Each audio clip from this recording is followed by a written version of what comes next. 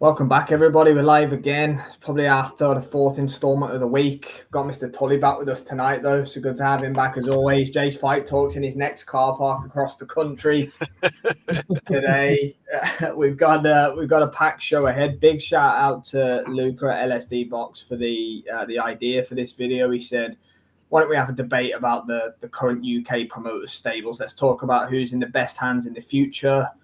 Who's doing it right now, who has the best stable, who's maybe not necessarily got the worst stable, because, that's probably quite glaringly obvious, but the certain guy doesn't have as long in the market as others, so maybe it's not quite the right comparison. But anyway, boys, first off, how's things? Yeah, good, thanks. You? Good. Yeah, I'm good. Liam? Yeah, all good. Yeah, good to be back. Missed it last night, so good to be back in my normal place. Yeah. 100%. We're going to get into some good debates tonight about the UK boxing promoter scene. So, obviously it's a good time probably now to have this debate, because it seems to be boiling over just a little bit, especially between Frank Warren and Ben Shalom. But let's not forget, good evening, Dan Evans has just popped up. How are you, mate? Thanks for tuning in as always, Dan. Good time to have the debate, because Eddie was having a little laugh in Riyadh last week, because he was loving it because Ben and Frank were going at each other. But let's not forget that him and Ben Shalom had a little bit of a ding dong on the stage at Wembley, didn't they, a couple of weeks ago? So Eddie has a short memory sometimes, but yeah, it's been interesting, hasn't it, boys? The last little while, this little promoter rivalry. Just keeps sparking up, doesn't it? Every time there seems to be a week where they spend 2 or 3 days together, you're then getting a week's worth of content off the back of it, where unfortunately it's Ben Shalom that seems to be getting it in the neck from Frank this week after Saudi, after Biterbi of Bivol. It was Eddie sticking the boot into him in the Wembley edition. Unfortunately, poor Ben doesn't seem to be able to catch a break. It's, as we've said, all three of us have said, it needs to calm down now, leave him alone. He doesn't have the same length of time in the game. He doesn't have the same boxing nous, so to speak, of how to build up a stable, of how to be around these big events. We need to leave him alone to find himself. But it sparked the debate. I think most days we're chatting, aren't we, about the state of the stables and what would happen if certain fighters moved around, etc. So it's probably the most intriguing. I won't use the word exciting. It's probably the most intriguing. The soap opera, isn't it? It's like Loose Women, the three of them. Look at it across 3 major platforms: DAZN, Sky, and TNT. Promoters. It's fantastic. It's the best time for British boxing we've had. Okay, the argument is we're not getting a lot of fights on British soil, but in terms of British stables, there's fighters there that excite us across all three for sure. I'm bored of it now. They're doing him a favour. No, I'm bored of it. I work in sales and marketing as a day job, and a big part of my job is creating brand awareness.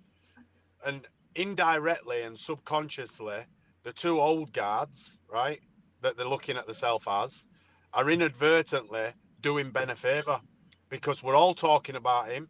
Everybody else is talking about him. Great PR, right? Few weeks for Ben. He's had more brand awareness created for him over the past 6 months than he could have thrown millions at. He's at the top of most feeds. If he's not at the top of most feeds, he's halfway down. YouTube, all social media platforms. Every time I go on YouTube, either someone's talking about Ben Shalom, or Frank Warren's talking about Ben Shalom, or they're asking questions about Ben Shalom. So whether you like it or not, I mean, I'm bored of it, because I think it's bordering on bullying now. I think they're purposely going out of their way now to create. Well, I've got a question for you, Jay, actually, just when you touch on that. But I want to big up DJ Pat for joining us as always. Hope you're well, Pat. And the man who created this show, Luca, thanks very much, obviously, for tuning in. Luca, Jay, I want to ask you a question, because I watched, while you're talking about a Ben Shalom interview, I watched his latest interview with one of the outlets the other day. It was like 40-odd minutes long, but I was interested to hear what he had to say. And the reporter asked him a question saying, because Ben is, he has been, I don't want to throw around the word bullied. I don't know what goes on behind the doors, but it looks like that, doesn't it? It looks like that kind of pack mentality from the other two right now. But when you hear things like he was invited out to dinner with Spencer Brown, Turkey, Frank Warren, Eddie Hearn, and all the rest of them, and the people there like Spencer Brown and Turkey, they're not going to let Eddie and Frank just run all over Ben there. you know, for me, that's a good opportunity for him to go and probably settle a lot of things and sort things out. And to hear that he declined the offer, big up Hawkan, thanks for joining us as always. We don't know why though, do we? We don't know. That's why I was about to say. But for me, that doesn't. Yeah, but we don't know this. We don't know the circumstances. I'm playing devil's advocate, by the way. You are. That you're Mr. Diplomatic, and that's what you do. But I'm not. So I've got to look at it as we don't know what was going on. For example, right? I've got a massive client that I'm trying to schmooze, and I'm trying to get past his secretary to get to this client, right? He rings me tonight and says, "Do you want to do dinner tonight?" I can't do it. I've got something important on at 8:30. Now, I wish I could, but I can't. For all we know, Ben's missus was there. His baby was sick. He had an appointment. Obviously, Ben would have gone if he really could. We only hear what people want us to hear. And, you know, we're hearing. It's in fight week, though. It's in fight week. You know, he's got fighters are making weight. It could have been renegotiating. There's a lot goes into. I don't think Ben is going to just flippantly decline it because he's pissed with the other two. Because because he knows how important it is to go there. So I don't believe he's just gone. Nah, I'm not going. He'll have justified his reasons for not going. I believe he's a businessman. He's not an idiot. But on the flip side of that, for me, he would have just said I wasn't unable to attend. He just goes, no, I didn't want. Like he said, he didn't want to go. I suppose that but that's his prerogative then, because he's going when he's being summoned, and he's probably looked at it that way. They've summoned him. You know, if he didn't want to go, he might be doing it to try prove a point. You know, because they wanted. You know, I know you're saying Turkey and that wouldn't have allowed it to go on, but they'd have sat him at the bottom end of the table. Or, you know what I mean? There'd have been some shit that they're playing because we've seen it. You saw Frank's reaction when he walked in front of him. His fighter was about to face off. What were he supposed to do? Go all the way around the front and come up the other. He had no choice. Frank was looking for a reason, looking for an excuse to start on Ben, and it just so happened he walked past him. So he pushed him. Dan's right. It is. It's kind of his box office at the minute. What's going on? There is a story building. And to be honest with you, if Ben would have pushed Frank, there probably would have been more of an uproar about it rather than the fact that Frank pushed Ben. Let's be honest. But again, that's handbags. I don't want to then talk about just the rivalry of the last few weeks or whatever. Let's get into breaking down the stables and make sure everyone who's with us, have you say on the stables as well. So we'll talk about Luke is right, of course. Nothing a nice steak can't beat me, absolutely. Or tofu. We're not kicking it off. We're not against veggies and vegans. Yeah, of course. Caveat. Thanks for that, Jay. Appreciate it. So looking at who's in the strongest position right now, boys. I'll take it to the floor before we break off into actually breaking down each stable one by one. Me personally, I'll give my opinion on it first. It's hard to say that it's not Frank Warren, isn't it? Really, you know, he's the guy behind. He was the first one really with this Riyadh season thing. He signed a partnership. Queensbury are promoting a Golden Boy Promotions card next month in Chris Billensmith and Zerda, and there is the lead promoter on that card is Queensbury Promotions. And that's how much Frank is in there. You know, ultimately, he's the one holding Turkey's hand. No one else is. And that's Frank is as established in boxing. There's only probably Bob Arum and Don King that have got, stronger, more established roots. And I believe that carries some credence within the industry. I know Eddie has come in over the last 10 years and made a big splash and created a load of hype. But ultimately, he's coming off the back of his own man. Now, I know Frank had Francis and George, and he tried it for a couple of years, and it didn't work. Frank is the figurehead of Queensbury, the old Frank Warren Promotions. So I believe that he's gone full circle. He's now the leading British promoter. He's the go-to. I think Eddie going along with DAZN hasn't had the effect he thought it would have. It's lasted a couple of years, and that bubble sort of burst. I'm not saying it's on a massive decline, but it didn't take off like he thought it was going to take off, and that's to do with a number of reasons, paywalls, etc. But I think we're seeing now the fact that some of the more established fighters are going to Frank Warren. You know, he's not actively trying to tout these guys. I think these guys are speaking to his people and they're signing with him straight He's away. the attraction right now, isn't he? He's the and they're getting good deals. He brought Eddie to the table, really.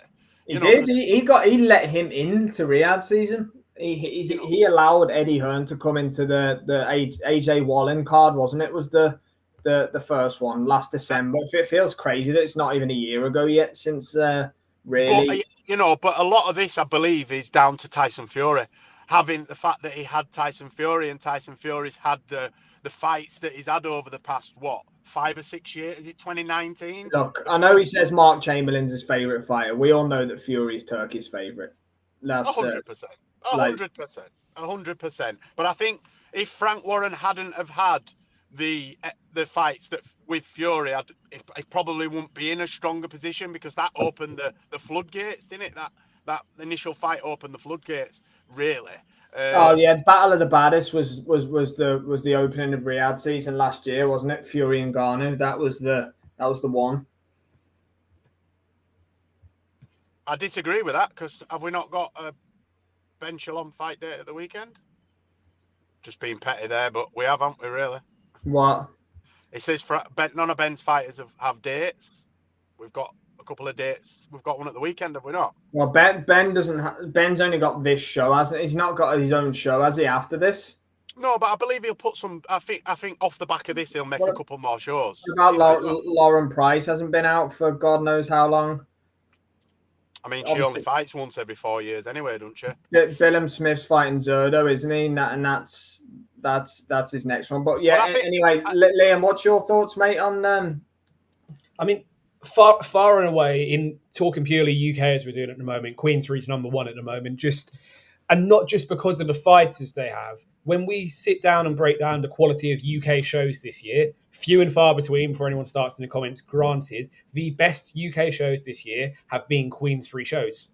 Whether it is the fights we're getting produced, whether it's the production, whether it's the fact that Frank's actually doing main events before 11 o'clock at night half the time this year, which is unheard of going back to the Box Nation days. Everything you could want to come to Luca. It is. And it's almost as if we go back 7-8 years, Frank Warren was dead in the water. He'd moved over to BT Sport, but he was scraping together substandard fight cards, and he was just about doing enough to keep his head above the parapet, wasn't he? Eddie Hearn was stonking along. Right, he was wiping the floor with him. It wasn't even close. Away the governor. No, it wasn't even close. And then Tyson Fury coming back and deciding to go down the Queensbury route done Frank Warren a massive favour. Because Hearn passed on him. He offered him $3 million. And can I just say one thing about Frank Warren and Eddie Hearn? Frank Warren has consistently done what he's needed to do for 40 years. Eddie Hearn's always tried to battle against another promoter. Frank's never got drawn into that bullshit, and he's just kept going. He's lost fighters, he's gained fighters, he's lost fighters, he's gained fighters. Look where he is now. Eddie has always based his business model on what everybody else is doing. Yeah. Frank Warren's just kept going. He's doing the same thing now that he did in the 80s when I was a kid. I know it's hard to believe, and the 90s and the 90s. Frank Warren's never changed his business model. Eddie Hearn chops and changes. And Ben Shalom obviously has come on board with this new sort of promotional idea. But Frank Warren's doing a tried and tested method, something that's worked for 40 years, and it's continuing. And it proves now, the fact that we're having this conversation and we all put him as number one, that, it works for him. Sorry. No, absolutely, mate. You're right. But for me, Tyson Fury coming back and Eddie Hearn passing on him, or him deciding he didn't want to go back to Mick Hennessy, regardless of what Mick Hennessy's position was at that point. Yeah. Him going with Queensbury gave Frank a platform where everyone in the UK was like, right, what's Tyson Fury going to do when he comes back? Bloody hell, he was 28 stone. He saved him. Yeah, he was knocking on death's door. The wild, I know, okay, he had his 2-0 fights coming back against Safari and Pianetta, and then he went out to America and he signed a deal with Top Rank. But they were still Frank Warren co-pros. It was still Frank Warren's face. It was still TNT. And he's been able to build his stable off the back of that. He was able to do Fury White at Wembley, which was until last month the biggest ever attendance in the UK. And the fighters have been drawn to him. They like you say, Jay, they like the Frank Warren business model of I stay in my lane, nothing changes it from me. I may have some rough rides where I go down and people write me off, but when I'm coming back up, baby, I'm coming back up hot.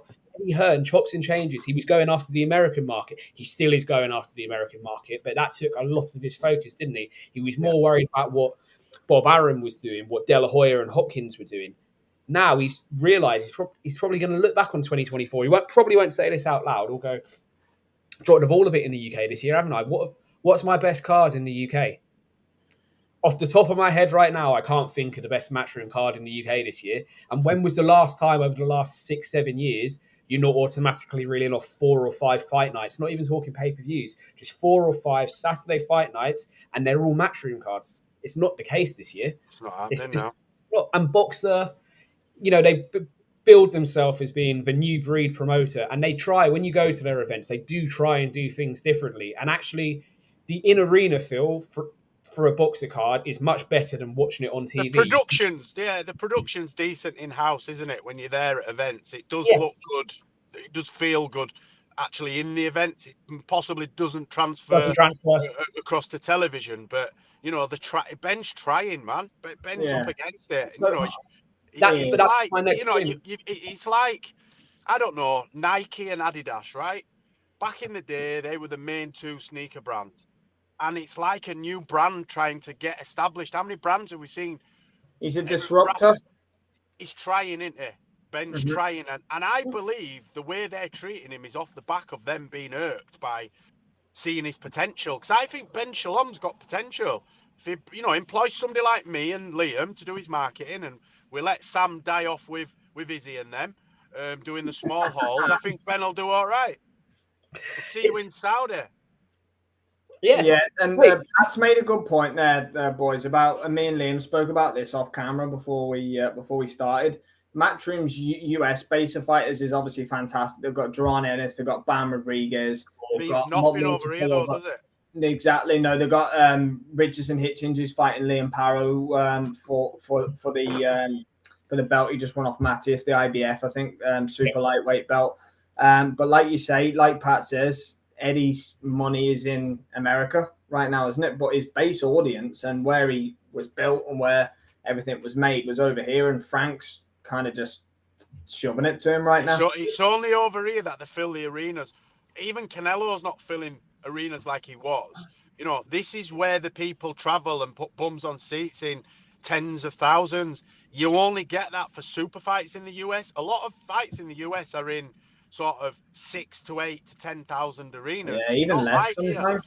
Yeah, that's what I'm saying. You don't get stadium shows and MENs and that kind of 20,000. You don't get those in America. And he's forgetting this is again. I keep bringing it back to myself, but I do commercial and domestic work, right? Domestic, and we always say this in our office. We can't win from the bread and butter. The bread and butter is what pays our bills. Yes, I might get a £250,000 contract and we're all high-fiving each other, but ultimately it will still only make the same margin, 15% or whatever. And that's the same with this model. The domestic shows over here, that's where the bread and butter is, and filling out arenas and stadiums and that kind of stuff. That's what keeps the lights on. That's what keeps the lights on. Not having a show in the ballroom at MSG in front of 3,000 people or whatever. I mean, how many people went to watch? And I'm not picking on these 2 girls. It's just the last fight. Sandy and Michaela Meyer.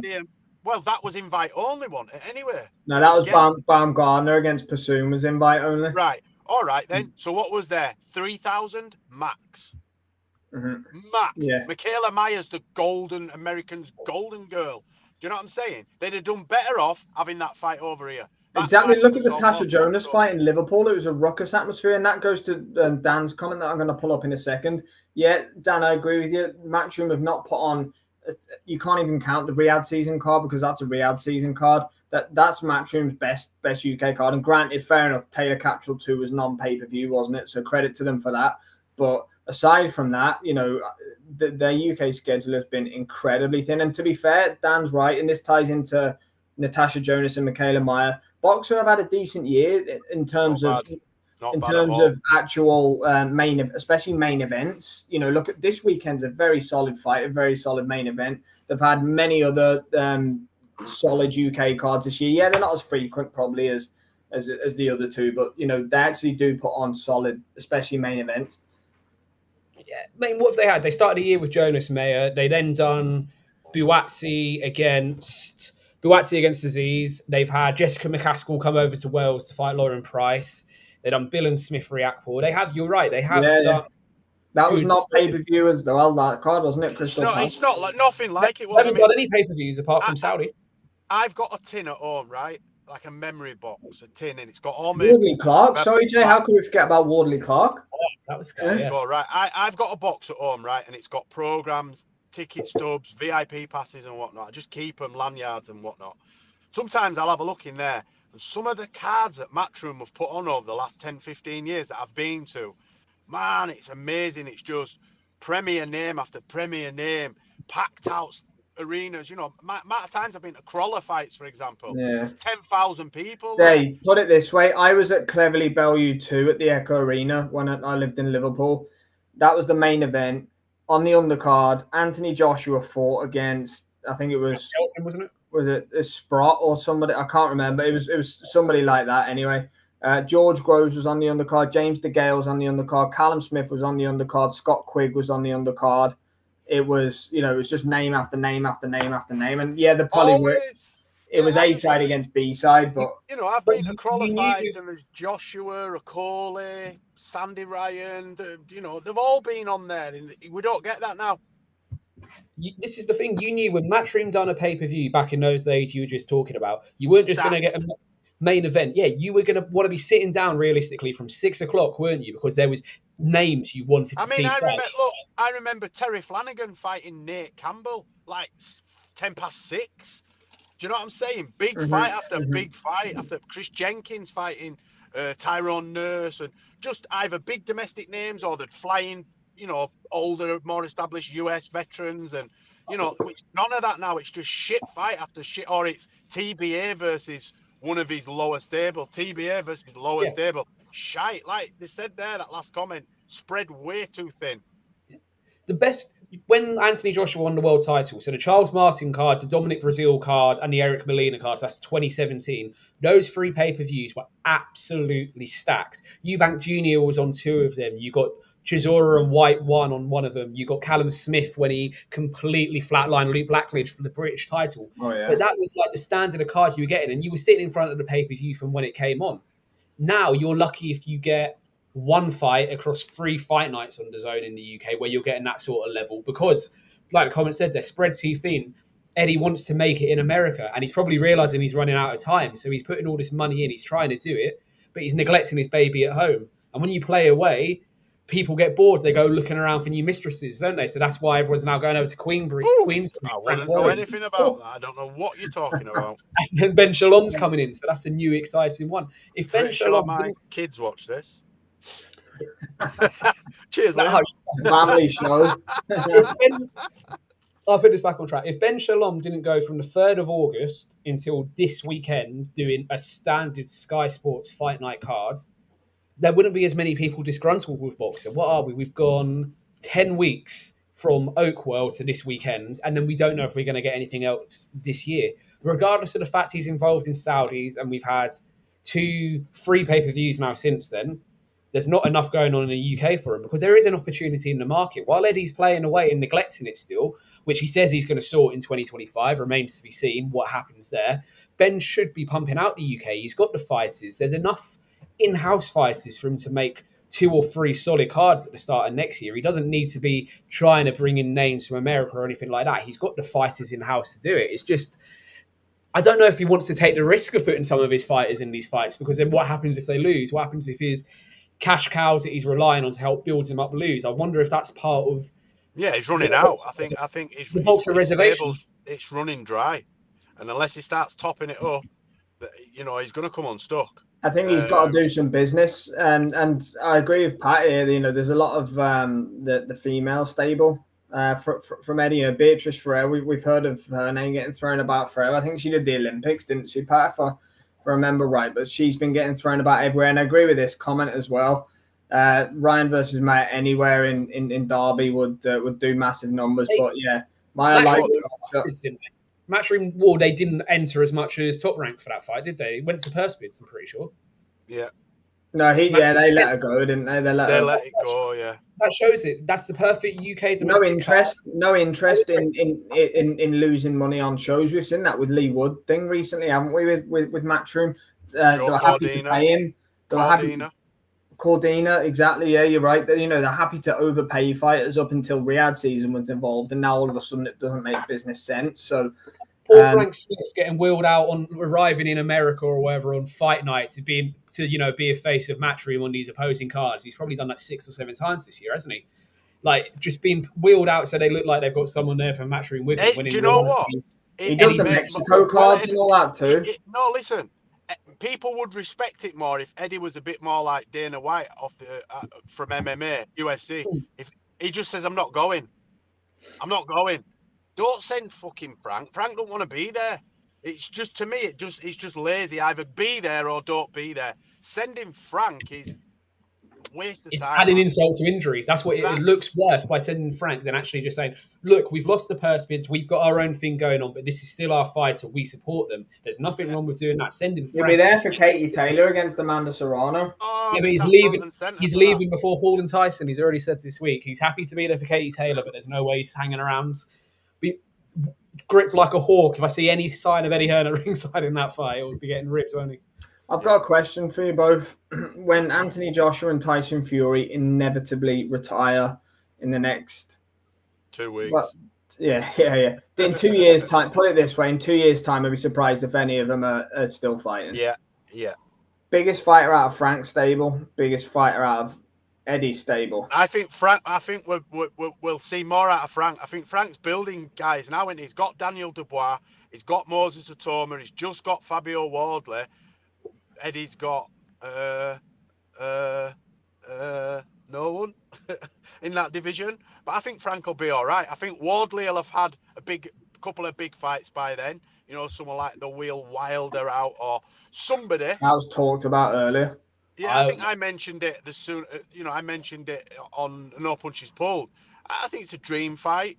I'm not sure whether Wilder will take the fight. I think it's very risky for him. But what I mean is, Frank's better at building fighters than Eddie. And I know that sounds silly because he's done what he's done with Joshua, but he has only done that with Joshua. Frank's consistently built fighters, maybe not to the level of Joshua, but don't matter what you say, Tyson Fury is 10 times bigger than he was before he went with Frank. 10 times bigger. People, I would even say that more people walking down the street would recognize Fury than would recognize Joshua. Yeah, depending on the generation, maybe, I guess. I don't know, but yeah, I think Fury's more popular than Joshua now. I think that's undoubtable. Yeah, Fury's and he wasn't. Fury's renaissance in terms of how he's viewed by the British boxing public is, it's a roller coaster in itself. If you took away the fact that he ballooned up to 26, 27 stone, I agree with this point as well. That's a great point by Luca. That's a story enough. Whereas now he's most loved. If you asked 100 British fight fans who they prefer out of AJ and Fury, it'd probably be 60-40, maybe 70-30. And on this comment, this is the point. And it's not just his stable he's building up, the fact he's making signings left, right, and centre. His quality of British cards. We were talking, me and Sam, before we came on. Even the York Hall cards tomorrow night that Queensbury have got on. Okay, it's predominantly red corner against blue corner. Unfortunately, the main event is a last-minute change of opponent for Sam Gilly. But it's still a competitive card, and they're watchable fights. It's not like the Wasserman card we had at York Hall last month. It's not like the majority of Matchroom cards we've seen this year. It's entertaining. You want to watch them. It's just... I don't want to say... Go on, sorry. I said I don't want to say Eddie stopped caring about the UK, and Frank is always because he's always been in the UK. Yeah, it's how it comes to balance the UK and US markets, and it's not working. What I said earlier on, Luca's point further solidifies that. Frank is consistent. He's carried on doing the same thing, but he's investing more money now, so the signings are better because he can offer better deals. But he's consistently putting on shows. He's consistently signing people. Eddie, it's like he's waiting for something to happen. Well, something has happened. I know it's not in the UK. Something has happened in boxing with Saudi. There's all this money that's there for them. Frank is investing it into the UK and putting on quality at least 6 out of 10 cards are produced by Queensberry every time they take place this year. If we're being honest, Matchroom, bar Taylor Catterall 2, I'd struggle to give another card more than 5 out of 10. Yeah, it's been shy. And you're right, he is spreading himself too thin. We had that comment earlier. And Frank's taken this money. And because he's only got the UK market to worry about, he's like, right, lovely, right, what can I do in the UK? How can I maximise this market? Oh, you're frustrated that you're not getting looked after by Eddie? Come over here to TNT. Look, I can make you main event on a fight night. No, it won't be pay-per-view. Yeah, 5 weeks' time, let's go. He's not having to scream and shout about the fact he's got the money and that he can do this now. Fighters aren't stupid. They know exactly what they're doing. Yep. Yeah, completely agree. Lucas said, but what is Eddie doing with that cash? Matchroom also had a huge investment earlier in the year, but what's the plan? Almost looks like planning to sell, reducing costs while going up. I'll tell you what's also interesting, Luca. Eddie's got all these Netflix cameras following him at the moment. There's a big documentary coming out about Matchroom. And then you hear these things about Turkey's going to buy all the promotions and all this stuff. It almost seems like, Eddie's a hard worker and he's a grafter, and, you can't deny that about the bloke. But, feels like he's, I don't know. I don't know. Like, I don't know. He's wearing it a bit more. Do you know what I mean? He's a bit more emotional about, he's got more money than he's got more money than he'll ever need. He's got a young family. It's getting tougher. I reckon I would be surprised if Eddie Hearn is the figurehead of Matchroom in 5 years' time. Very surprised. Frank Warren might not be around in 5 years' time, and I mean that with the utmost respect. I'm not trying to be funny, but he's 72, 73, isn't he, Frank? He's not a young guy. I know Bob Arum's like 113 or whatever he is, but, Tijuana's only down the road for stem cell, isn't it? Whereas I just think Eddie looks like he's bored. Honestly, I mean that. He just looks like he's bored. Like the other week when he put the show on in Sheffield and he went the night before and he was sat there watching. He would have never have done that this time last year. He would have never have done that. No, I know what you mean. He would never have compromised. Eddie Hearn, it's his or not. He wouldn't have compromised. It was like he took a handout. Yeah, there's Jay. Just on Dan's point here, who can Hearn sign to kind of turn the tide back in his favor? Who is out there that he could potentially, sign? I mean, no one really. No one wants to go near him either. Everyone would rather go to Queensberry, or if they're going to take a punt on another UK promoter at the moment, I think more people are likely to go to Boxer because it's a new and exciting promotion that, if you read the business plan, if you look at what they're trying to do, that looks more exciting than the tired. You're not putting the UK cards on, so if you're not a big name, that's what I'm saying. So that all the British names are already tied up in contracts. The only way that's why Johnny Fisher's fighting in Riyadh. The only way Eddie could do it is to bring a couple of the big American names over and make fights. That's why, it's going to be a big fight. He's junior against Ben, right? But for me, I would have brought Ennis over and had Ennis Ben, or I'd have brought Crawford over, or Devon Haney over, bring him over. But there's no one for him to sign. No UK fighters, unless he finds some diamond in the rough that we've never heard of, some unbeaten amateur that's going to some hot prospect that's going to turn over. One of his biggest names is Johnny Fisher. Big up Jack Absolute Boxing, by the way, for joining us. Big up Shalom for joining us as well. George Warren does pull a lot of the strings at Queensberry. I'll give you that. He's taken on a lot. We'll see George front and centre in the UK tomorrow, but you're kidding yourself if you think overall control and final say isn't going through Frank Warren still. He's not. No, he's not handed out. Frank's the figurehead, but George does a lot of the background stuff. That's what it is. George doesn't like being in front of the camera, does he? Let's be honest. But he tried it, didn't he? And they're both useless. And Francis and George. Yes. Not the best. But George definitely has more pull in the company than anyone else, for sure. Definitely. Bacoli will leave Boxer, I'm certain. Yeah, it wouldn't surprise me at all. I wonder would Matchroom try and get Martin Bacoli?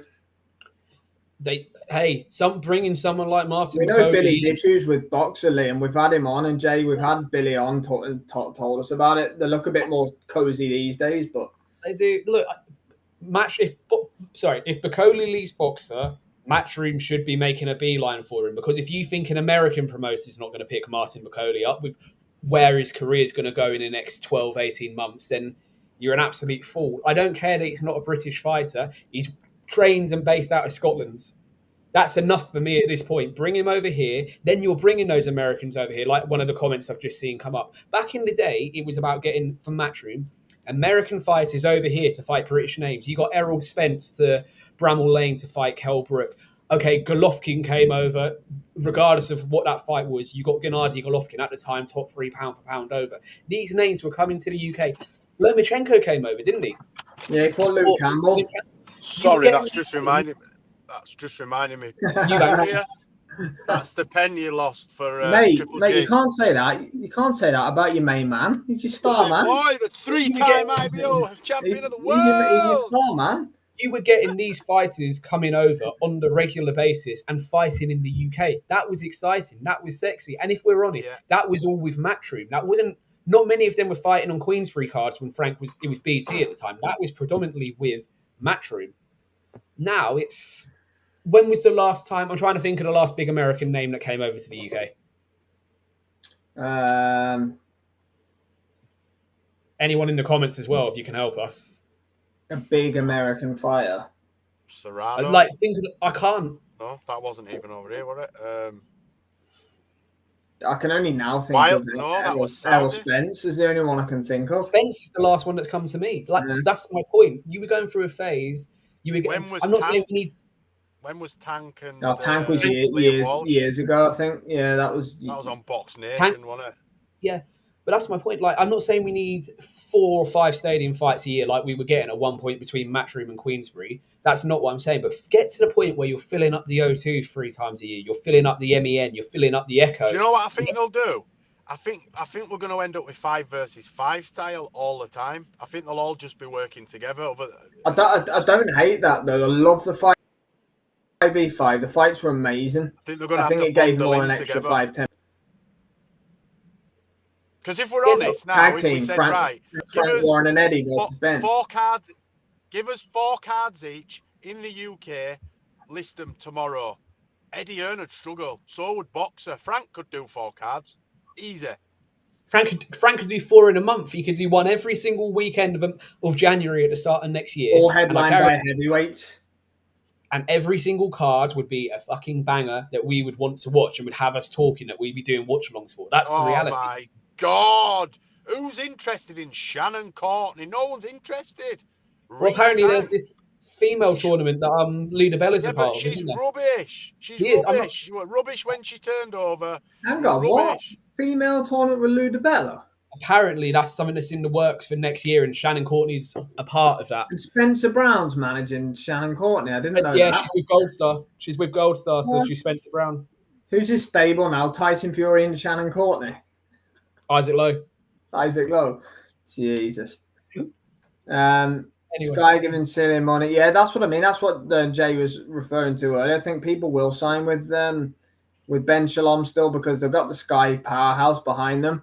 Luke Sipicoli has the ability to win a world title for definite. Let him batter a few Brits and will be a big star. Very likable guy. Yeah, hopefully we'll probably see him fight Cabiel. I'd imagine next. No promotions Americans touching Bicoli. Now Bicoli will go Warren or Hearn if he won't go American. Salom if he leaves no way. That was my point. He should stay in the UK, but if he doesn't, someone will pick him up somewhere because you're not going to leave a guy like Martin Bicoli as a free agent. Ray Ford came over. That was Matchroom. That was Back Garden during COVID times, wasn't it? Yeah, that doesn't really count. We're on about. Yeah, John said that. Yeah, that was Eddie's garden. Salom said Spence. Charlo in 2021. Charlo unboxed over here. I don't know. Josh Taylor. Charlo lost 4 in 2021. I didn't know Spencer Brown managed Hamza. Fair enough, Luca. I didn't know that. It might. I tell you what. The way this is any fighter that's a Riyadh season ambassador then now tied to Gold Star. Is that how it works? Because Hamza's Jared Anderson's a Riyadh season ambassador. Who knows what's going on there? I want to be a Riyadh what is Spencer Brown's thing? Because he's like the figurehead of this like Riyadh season thing as well. But like he's a manager. He's a boxing manager. He is taking his 10-15% off these fight cards and building himself up a nice. Yeah, but for me, for me with Spencer Brown, it's bordering on conflict of interest for me. Yeah. But he's involved too much. He needs to just be a manager, and that's it. He shouldn't have any other fingers in any other pies to do with Riyadh. Well, I think he was instrumental in Fury and Riyadh season. Right, so there you go. Yeah, so negotiate as a manager, but you can't be involved and be a spokesperson for Riyadh season. It's a conflict of interest. You're not really supposed to, it's like being a manager and a promoter of a fighter. You're not allowed to do that. Would any of us have said Spencer Brown is going to be alongside Frank Warren at every single top table for a Riyadh season event? I would say, yeah, Tyson Fury fights, absolutely, but he's at every single top table, isn't he? He's front row. He gets his name on a seat next to Turkey, every single thing. Yeah. Nothing against him. Look, he's doing what he's doing, and like we say, you make your bread in life how you make your bread. Do it, man. Do it. Well, we'd all do it. He's getting weighed in for it. It's reaching a point where it's like, right, we know that you brought Tyson Fury over. You were part of the conversation. Yeah. Yeah. Fleecing people that got tickets already for Wembley, 220 quid to have a photo with Fury and Usyk. That's kind of the route they're going. He had Charlo on the mind. Right, Jack. He's got Charlo on the mind. We'll leave to it, Jack. So, yeah, when Fury and AJ retire then, which is inevitable soon, is Ben going to have a bit more, because his biggest stars at the minute are Chris Eubank Jr. and his best fighters are probably Bacoli and Josh Boazzi, aren't they? And Azim. Got Azim as well, hasn't he? Well, yeah, but his best... we'll see Sunday morning. We'll see Saturday. Yeah, that's a good point. That is the hierarchy. Yeah, Spencer seems to be the main guy. Turkey, Spencer, Frank, Eddie. Ben Shalom. Don't forget Ben on there. Not being disrespectful to saying you at least put Ben on there. In 5 years' time, who do you believe is going to be at the top of the sport? Ben Shalom, because I will help him. And let us know, guys, as well in the comments. I think if it carries on the way it's going, and Frank's laying the roadmap for the next 2 or 3 at least. The other two are playing catch up at the minute. So if Frank, he's got a great track record at building consistency within fighters' careers, why would we not believe that he's going to continue going in the same vein that he's going at the moment and still be up there in 5 years' time? As I said, I would not be surprised if Eddie Hearn not the head of Matchroom in 5 years. I don't know whether it'll be Frank Smith. I worded that wrong. His most popular fighter, not his best boxer. He's their most marketable fighter. But Chris Eubank Jr., without question, is boxer's biggest money spinner. There's no doubt about that. He didn't mean that. He meant best boxer. He is a junior fanboy. Don't get it twisted. He has a picture of him at the side of his bed. He wears IBO pajamas, shadow boxing. Why do you got an IBO belt on now? No, Joshua Boazzi and Martin Bacoli are Ben Shalom's best fighters right now, in my opinion. Yeah, I agree. The key, and I know it's not being disrespectful, but with the rumours we've heard, the key is hanging on to them both, though. Ultimately, Bacoli could beat every single one of Frank's probably in a couple of nights. Yeah, but Shalom needs to hold on to Boazzi and Bacoli, because if one of them goes, it's right. If both of them go, it's catastrophic, because Eubank Jr. isn't going to fight on a boxer platform anytime soon, because it will be a Riyadh season or Matchroom event for the Conor Ben fight. You just know that's how that's going to work. But after everything that's gone on the past couple of weeks and months, right? Boazzi's leaving him. Boazzi came straight out and shut that shit down and said, "Nah, me and Ben, we're all right." It's funny how that came about. Probably leave tomorrow. Credible people were, We'll leave Saturday night. Credible people were reporting that, and then it just got shut down really quickly. Did it even get mentioned on TalkSport yesterday or whenever Ben was on, Jay? Did they even ask him? I missed 5 or 6 minutes. I never heard anything mentioned about it. Nah. No. But credible sources were reporting that, and like you said, I didn't see any credible sources reporting me. I just saw odds and sods. I didn't see any sort of big outlets. It were more the smaller content creators like ourselves, really. So it was more rumor for me than smoke without fire sort of thing. Jesus Christ! If people believed our rumors, there'd be no boxers left anyway. Wow. Yeah. Yeah. Luca, that card, that prize fighter card that happened in Japan, Kieran Conway is now meant to be fighting Brad Pauls for the British title. So that is it scrapped? It hasn't cut from stuff I've been seeing again, not from anyone's overly credible, but the rumours have been around for a while. The quarter-final date was pushed back. They said it was due to fighter injuries. We all know it was because the money hadn't been put up for the tournament in the first place. So did anyone get paid, Liam? Is anyone being paid? That was going to be my next point. It wouldn't surprise me if any of the 8 fighters that are involved haven't got their purses yet. I wouldn't be surprised if they're still waiting for them. McKenna versus Conway would have been a good fight too. They blamed it on injuries, but then there was rumours coming out that the prize money was still to be decided, etc., etc. So that tells me something wasn't right there. That's why it was pushed back. And then the whole vibe that night, you're right. Frank Smith did look bored, bearing in mind it was 4 cracking fights. But he knows in the back of his mind, right, we've got these 4 fantastic fights going on, but is anyone getting paid at the end of the night? Are we coming back? Remember, these semi-finals were meant to be end of November. He went out to Japan like 3 times to broker that deal, Frank Smith. Eddie was banging on about it for weeks. Yeah, exactly. And it's just falling flat on its ass.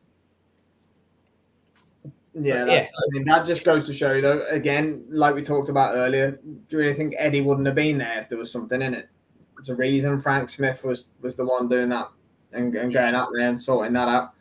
You know, when you talk about 5 years' time, what the sport's going to look like when Ben will be there, will Eddie and will Frank? I'd say Eddie probably will be. Will Frank? I'm not so sure. Maybe he'll pull a Bob Arum and do it till the day he goes. But, you know, I'm not so sure Frank will be.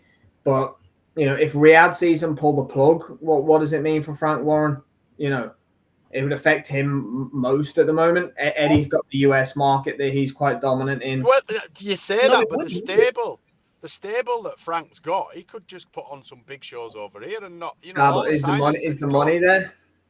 But I don't think Frank's an idiot. I think he might have given big signing on bonuses, but he'll have structured his contracts right. Yeah. He's not an idiot. He's not. I'd say saving a few grand a month, Frank. Listen, Frank will not be structured. Frank will not be giving out contracts that Queensberry cannot fulfill without Saudi money. Frank's not an idiot. He's a businessman. They might have given bigger signing on bonuses to create the attraction to get him over, but the fight purses will still be the same. Yeah, Luca, it is, mate. I saw last week Brad Pauls put out a tweet saying a fight announcement soon. Then I think it was Everything Boxing or one of the credible things put out that it's likely that Kieran Conway is going to be facing him for the British title next. He came out in the British circular saying that Brad Pauls, Kieran Conway was going to take place on a matchroom cards. That's what the circular said. So if it's a matchroom card, it'll be in Monaco then, because it said December.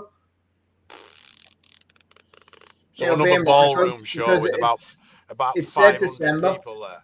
Yeah, I've never seen how's that be a matchroom card? I've never seen a Monaco card yet that has been any good. They're all dog shit. 500 people there in a ballroom of a casino. Rubbish. Me and Sam we had to go back to 2017 where Bivol got a first round KO and you had Caballero Chisora for the only one that sticks with me for any decent fights. And that was 2017. Like, it just says you never...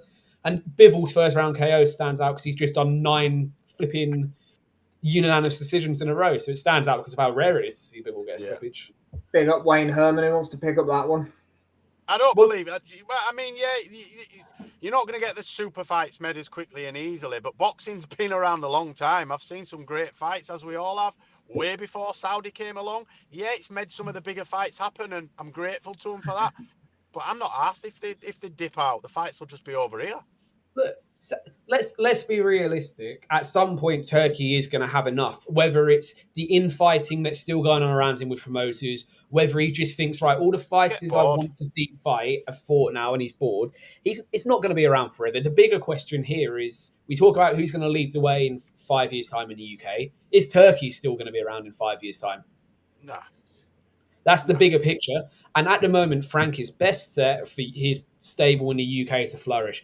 Ben Shalom's going to have to rediscover what booking an arena in the UK is when this happens, and I wish him luck in that. And me and Jay are around to help him if he needs it. We'll sort that. Eddie, I can envisage a scenario where Matchroom go even heavier US-based for a while. If the pullout from Saudi comes at the wrong time, we might get 5 Matchroom cards a year, and the rest are all in the stateside while they build themselves back up. Boxing's in a funny place, man. Yeah, It's in it a is. very funny place. It's all in the hands of one man from Saudi Arabia. If he Which decides is scary. he's had enough, which is very scary. And that leads me into another question. The other guys in the comments hammering the Monaco atmosphere. Yeah, it's absolutely piss poor. Nonsinger against Coriel was great. Yeah, and they rematched in Mexico after. Nonsinger got beat last weekend, I think, on one of the Japanese cards as well. Luca, and he got stopped again. He's at like the lightest, 108 pounds he fights at or something, or 100. What's it? 112. Yeah. Yes. But yeah, question for me, boys, just as we come to an end. Are Eddie and Frank going to maintain their relationship if Riyadh season pull out? No. Frank will go, fuck you little twerp. Leave me alone. Can't stand each other. I know they're giving it the big one now. They cannot stand each other. Frank can't stand Eddie. He thinks he's a little twerp. It doesn't look organic, does it, at all? No, it's the most forced thing. Listen, the venom and vitriol that they are shoving towards Ben Shalom comes from how they flipping feel about each other. Yeah, they're putting it into Ben instead of each other because they can't fight with each other. Because they can't fight with each other. Turkey's got them in a room. He's banged their heads together and he's saying, anything for a pound note. Anything for a pound note. And listen, you know, emotions. I do it every day. I've told you. I don't mind being the most hated person in the room, right? Most of my colleagues can't fucking stand me, but they've got to work with me. They've got no choice because I'm good at what I do. And it's the same. They're both good at what they do, so Turkey's making them. He is making them work together. If he pulls out, we might see them fight against each other, but it won't be anything other than that. They won't work together as such. It will go back to the days of you get a fighter crossing the boards every so often, but the chances are that the other promoter's doing a show on the same night, so you're never going to see them in the same building together again. It will be Frank Smith and George Warren, say, go into the shows because there's always stuff going on. Yeah, exactly. The money's why they're friends. When that money tree's pulled for them and Turkey decides he doesn't want, he wants paddle as the main sport in Saudi Arabia, not boxing or whatever he's going to move on to eventually, they will not work together. Snooker. Golf, snooker. Snooker and tennis already out there, lads. Like, there's that's so what I'm saying, though, but he'll just move and throw more at them. Yep. He loves his boxing. No, boxing's his passion. Yeah, but you can already see that he's kind of growing tired of all the politics and BS. Look how many times he were ringside at the weekend for some of them fights. He wasn't nowhere near. A couple of times. I read earlier that he was. He told everyone that he would miss Beterbiev Bivol to go and see Fraser Clark in hospital. Yeah, I heard that bullshit as well. I heard that. You mean one of his assistants whispered into somebody within Fraser Clark's team? Turkey was offering. Turkey will come. Obviously Fraser's going to say no. Yeah, all right, Uncle Turkey. Yeah, okay then. What a nice guy. Oh, I love it. Funny. Yeah. Oh, and the best part of that, and then he paid the best surgeon who was off duty and at home to come into the hospital to see Fraser's surgery that night. Just fantastic guy, isn't he, Turkey? Round of applause. What a lovely guy. Oh, I love it. Man. Absolutely love it. But yeah, I don't believe that for 1 second. I'm not saying he wasn't concerned. It happened on his show, but I don't believe that he were going to. Right, forget the biggest fight of the century. I'm going to go sit outside Fraser Clark's room while he has surgery on his cheek. What the fuck did it... What? Come on, man. There's a difference between being concerned and going to see him. Like, of course he was concerned. Anyone who watched that was concerned. Fraser didn't get carried out on a stretcher. He was awake. He was compass mentors. He just had a crap... I'm not saying it wasn't a horrific injury, and it was really scary for a split second. But Fraser was all right. Do you know what I'm saying? He's not going to... I tell you what, I'll miss this. I'm going to go sit and... see, Fraser's got enough change for vending machine. Fuck off, man. That was I was booking a flight as well, Luca. Oh, Jesus Christ. Yes, Pat, I actually saw that earlier. Ben Shalom's got his team investigating Fabio Wardley's custom-made gloves in reference to the Fraser Clark knockout. I mean, can I just ask the question mainly to you here, Jay? Because obviously the gloves get checked day before the fight. The fighters select their gloves. they would have had to have been signed off on the Friday, wouldn't they? Just trying to understand. I mean, they can lodge an appeal, but they have to be signed off and agreed on before fight night. Fabio Margarito. Yep. You said that, not me. You said that, not me. That's him. I'm just assuming that it's meant to be under British Boxing Board of Control, so they're supposed to have a minimum of 2 pairs out there that get checked. Yeah. Then they pick the pair.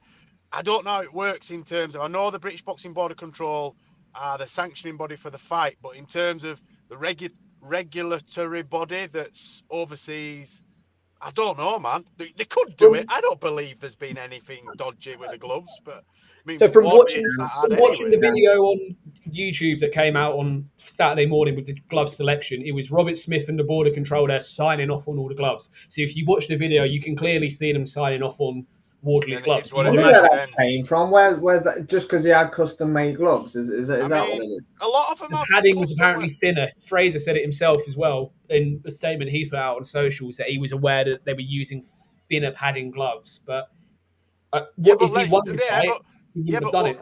Yeah, but what people forget is, right, all thinner padding does is ruins your hands and potentially causes more cuts. The heavier punches actually come from more padding. Yeah. So it's don't make no sense to have less padding in it. It would cause more damage in terms of cuts and whatnot, but nah.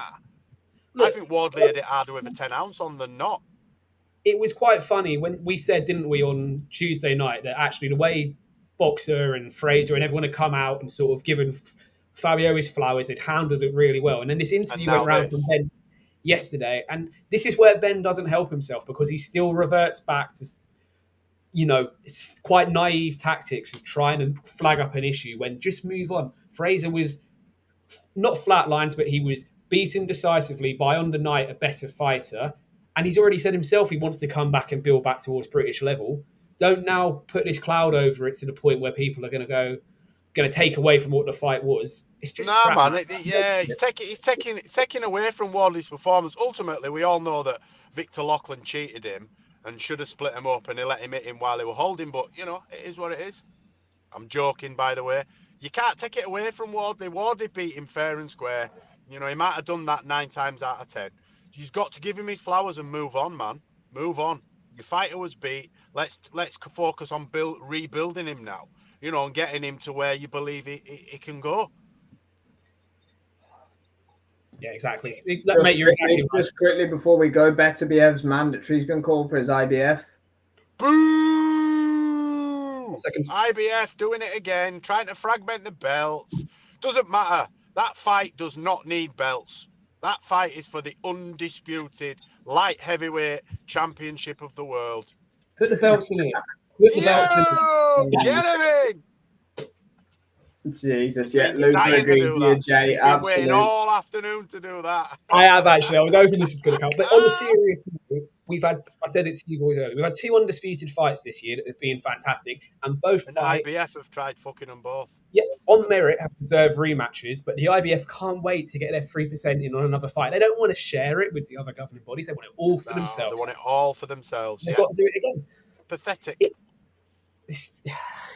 I hope everything that's wrong with boxing. I hope Beterbiev does what Usyk did. There you go, boys. You can fight for that. I don't need it. Yeah, there you go. And fight Spivol, because that's the fight we want to see. Doesn't need belts. It hasn't taken any glory or any gloss off of Usyk Fury 2, has it? The fact that the IBF belt's not there. Mm-hmm.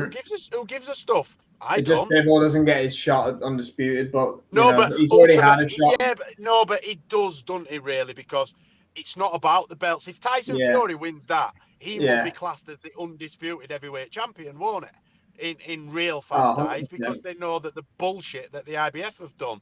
They did it when, don't you remember when Fury beat Klitschko?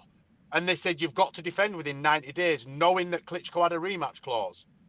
So they've always done shit like that. It's always the IBF. They didn't sanction Warrington Kakachi. They decided they were going to just get rid of the belt after the fight was made, and after everyone thought it was for an IBF world title. It's always the IBF. Always. Anytime they wanted to spoil something, it's the IBF. But look, I still, in my head, the Usyk Fury rematch is still for the undisputed championship, because that's how I see them. They are the kings of the division, and I'm sure you boys will agree and feel the same about Bivol Beterbiev. The belts detract away, and that's what makes boxing so hard to get into. Bingham have one belt. Just not that horrible undisputed. Not that horrible undisputed. Not Turkey's undisputed. Not Turkey's undisputed. That could be one good thing about the Saudi mob getting involved, is getting rid of all the division and the sanctioning bodies and just having one champion. Turkey Super Fight League. Yeah, that's right, Pat. The IBF are they did the same for Usyk, but yeah, we'll be here all night talking about that, boys. We ran over where we should have done, but a great video as always. Big up DJ Pat, Luca, Absolute Boxing swung by. We had Shalom tuned in. Thanks very much for that. Dan Evans, obviously, of course. I think that's it for tonight. Wayne Herman swung by as well. Big up, Wayne. Boys, great stuff as always, Jay and Liam. We'll be back for some watch-alongs this weekend. Tomorrow.